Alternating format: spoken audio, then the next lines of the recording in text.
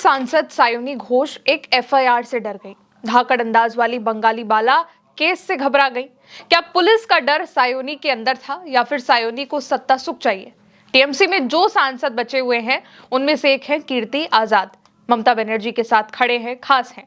कीर्ति आजाद का दावा है कि सायोनी घोष पर एक केस था और वो उससे डरी हुई थी, इसलिए वो बागी हुई। बागी होने के 24 घंटों के भीतर वो केस भी खत्म हो गया, ये कीर्ति आजाद का कहना है। आपने देखा होगा कि कई दिनों बाद सायोनी एयरपोर्ट पर दिखती हैं, लेकिन लुक एकदम अलग होता है। साड़ी नहीं होती है, टाइट फिट जीन्स होती है, कैप होती है, आंखों पर चश्मा होता है और चेहरे पर मास्क लगा होता है। फोन पर बात करते हुए सायोनी वहां से चुपचाप एयरपोर्ट से निकल जाती हैं, किसी से बात नहीं करती हैं, मीडिया से बात नहीं करती हैं। क्या सायोनी घोष लोगों का सामना नहीं कर पा रही हैं? सवाल इसलिए है क्योंकि सायोनी बागी हो चुकी हैं। कीर्ति आजाद का कहना है कि सायोनी ने डर में, दबाव में ऐसा किया है।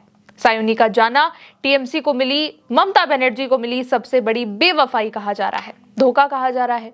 टीएमसी के नेता हैरान है कि आखिर सायोनी कैसे बागी हो गई। सायोनी ने अब तक कोई ट्वीट नहीं, अब तक कोई टिप्पणी नहीं, अब तक कोई बयान नहीं दिया है। दिल्ली से कोलकाता एयरपोर्ट पर जब पहुंचती हैं तो मास्क लगाकर, गॉगल लगाकर निकलती हैं, ना साड़ी ना बिंदी। सायोनी ठीक वैसे ही निकली जैसे जब वो एक्ट्रेस थी तब निकलती थी, और मीडिया से भी कोई बात नहीं। अब सायोनी के जाने पर टीएमसी के सांसद कई बातें कह रहे हैं, क्योंकि सायोनी का जाना टीएमसी को समझ में नहीं आ रहा है कि आखिर सायोनी ने ऐसा क्यों किया।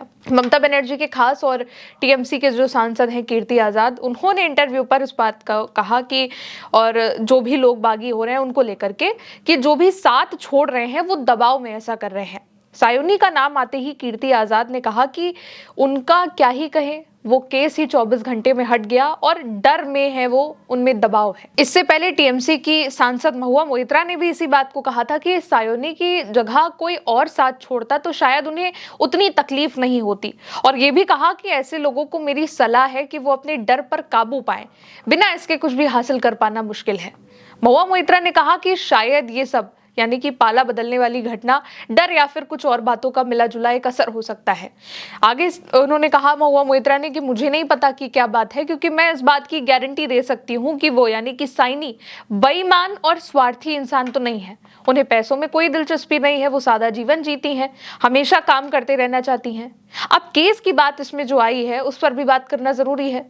तो हर किसी के मन में यही सवाल है कि आखिर सायोनी को डर किस बात का है, क्योंकि सायोनी पर अभी शिवलिंग विवाद से जुड़ा एक मामला दर्ज है।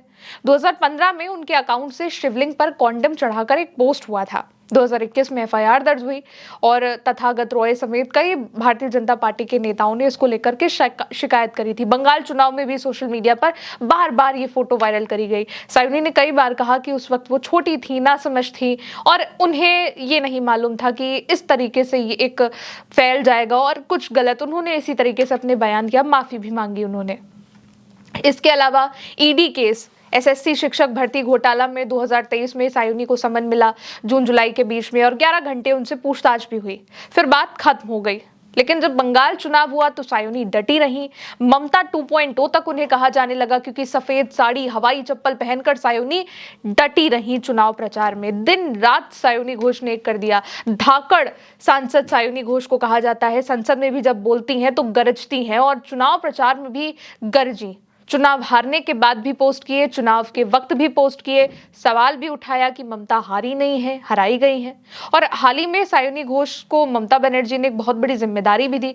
ममता बनर्जी ने सायोनी घोष को तृणमूल युवा कांग्रेस के अध्यक्ष पद की जिम्मेदारी दोबारा सौंपी है और दोबारा तृणमूल युवा कांग्रेस का अध्यक्ष बनाया गया, भरोसा किया। लेकिन जब बागी नेताओं में उनका नाम आ जाता है तो फिर सवाल उठता है कि आखिर सायोनी पर प्रेशर किसका था। फिर कुछ पुराने इंटरव्यू भी वायरल हुए हैं जिसमें सायोनी ये बात कह रही हैं कि वो राघव चड्ढा जैसी नहीं है, जिस पर खूब लोग उन्हें ट्रोल कर रहे हैं कि पहले जो सायोनी घोष राघव चड्ढा को आम आदमी पार्टी से भारतीय जनता पार्टी में शामिल होने पर कह रही थी कि राघव चड्ढा बदल सकते हैं, सायोनी घोष नहीं बदल सकती है, अब वही सायोनी घोष बागी हो गई हैं। बहुत लोगों ने उन्हें ट्रोल करना शुरू कर दिया है।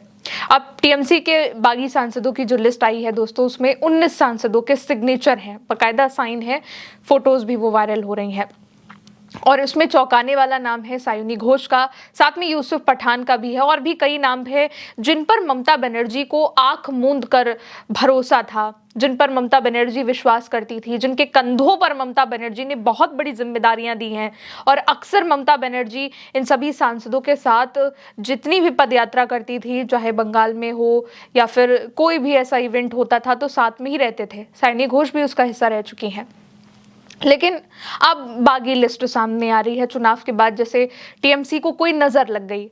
इससे पहले 3 जून को टीएमसी के 58 विधायकों ने बंगाल विधानसभा अध्यक्ष को पत्र लिखकर उनके गुट को मान्यता देने की मांग करी थी, जिसे अध्यक्ष ने मंजूर भी कर दिया।